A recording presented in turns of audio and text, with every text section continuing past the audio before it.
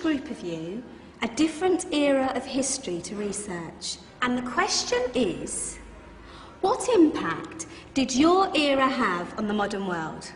So Sarah, your group has the ancient Greeks. Ravi, you've got the Romans. And Danny's group gets, yes, a bit of a challenge for you. You get the Middle Ages. Some even call it the Dark Ages. Boring. See how you get on. Yes, miss. So, Serene, yes, you get the Renaissance.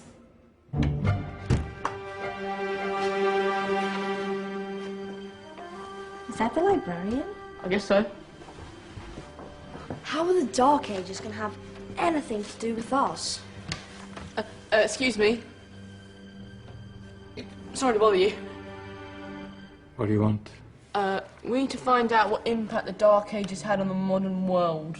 Never was a period of history so poorly named. Don't touch. It's priceless. And I suppose someone's been filling your head with the usual nonsense, eh? 1,000 wasted years. A black hole in history, am I right? Yeah, sort of. You see, it's always the same.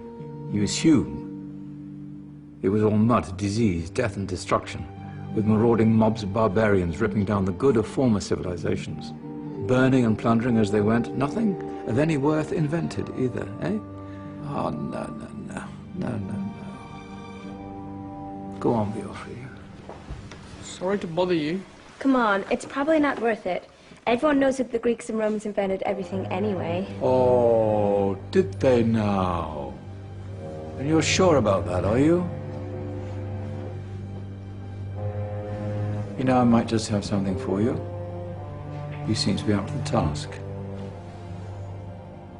I suppose I could...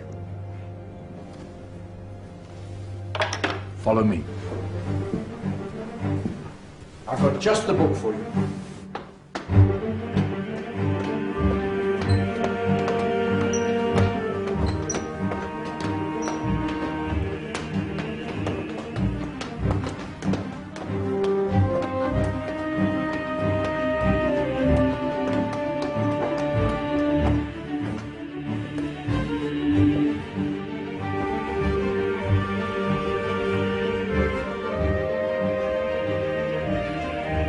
Where are we going? I don't know. Ask him. Excuse me. Where are we going? From darkness into light, my young friend. From ocean onto land, there are things you should know. Oh, yes, indeed. Yes, indeed.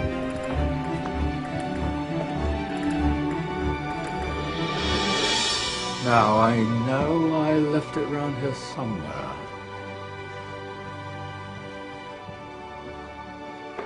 Ah, here it is. Now,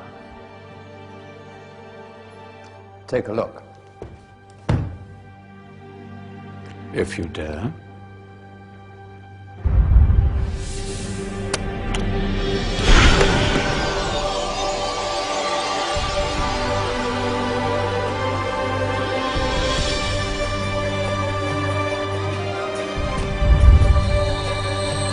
What's going on?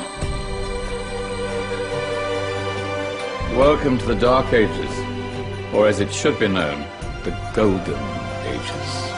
Who are you? I am Al-Jazari, engineer and ingenious inventor. I thought you said this was the Dark Ages. It doesn't look very dark. That's because it's all a matter of perspective, my soon-to-be illuminated friend. Of course, there are parts of the world that weren't dark at all, but in a civilization that stretched from Spain to China, the golden rays of discovery and invention shone over everything. What civilization? The Muslim civilization, my young friend. Through scholars and scientists of various faiths, some of the most important discoveries known to man were made at this time. Discoveries that drew on knowledge of the ancients, but have more connections with your modern world than you could possibly ever imagine. Like what? Well, all sorts of things. I've got to get a picture of this. I knew it was a good idea. Who are you? Allow me to introduce Ibn al-Haytham, a great scientist whose ideas led to the invention of the camera. You invented the camera. I laid the foundations for modern cameras by explaining how our eyes work. I found a way of projecting an image onto another surface through a small hole in a dark room, later called camera obscura. Think of all the things that evolved from this discovery. Cameras, cinema, all share the same principle. Cool. Look out below! Who's that? That's my good friend, Abbas ibn Farnas, who gazed up to the heavens, passionate in his belief that man could fly. Whoa. Indeed, he dared to dream about flying 1,000 years before the Wright brothers. Do you know you all take your jet-setting holidays for granted, so it only seems fair to remember Abbas ibn Farnas. Stand by. I'm ready for takeoff.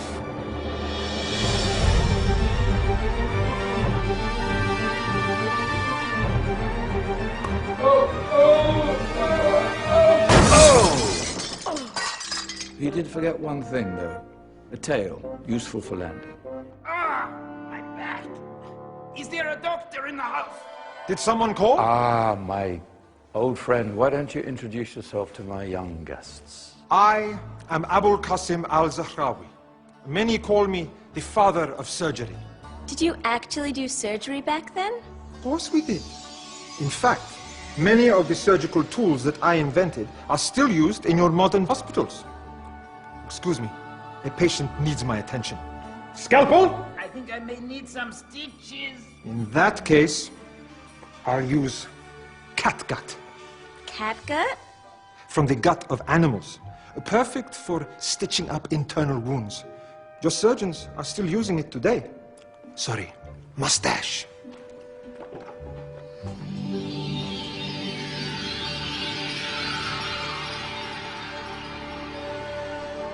Who's she? That's Maryam al-Astrolabi. One of the many brilliant women of her time, she made sophisticated astrolabes. Astro what? Astrolabes. They show the sky and the stars on a small flat plate you can hold in your hand. Think of them as ancient calculating or timekeeping devices. Today you have your watch, your compass, satellite navigation, helping people and explorers travel the world. Science at its brilliant best. And all these things were developed during the Golden Ages. And that's just the tip of the iceberg. There were thousands of other inventions covering all areas of life, and in the years that followed, their influence spread across the whole of medieval Europe. So you see, it wasn't so dark after all. What about you? Me? What did you invent? Well, I don't want to be big-headed, but I made some groundbreaking advances in engineering. I suppose my most significant discovery converted rotary motion into linear motion using a crank and connecting rod. It's essential in pumps and engines. In fact, I've no idea how the Industrial Revolution could have happened hundreds of years later without such a device. Not that I ever get the credit I deserve. But my crowning glory was my amazing time-telling machine, my legendary elephant clock.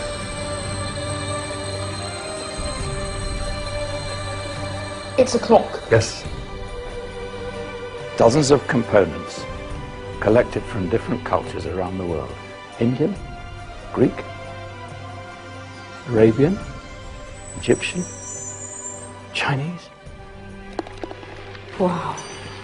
A United Nations clock. That is pretty cool. Does it actually tell the time? Wow, yes, of course. If it wasn't for me, thousands of people would be late for everything. Speaking of time, we better get you back. And remember, spread the word. This is a golden age, and I've only shown you a tiny part of this wondrous time. There are countless other scientists and inventions directly connected to your modern world. You're just going to have to find out for yourselves. No, wait.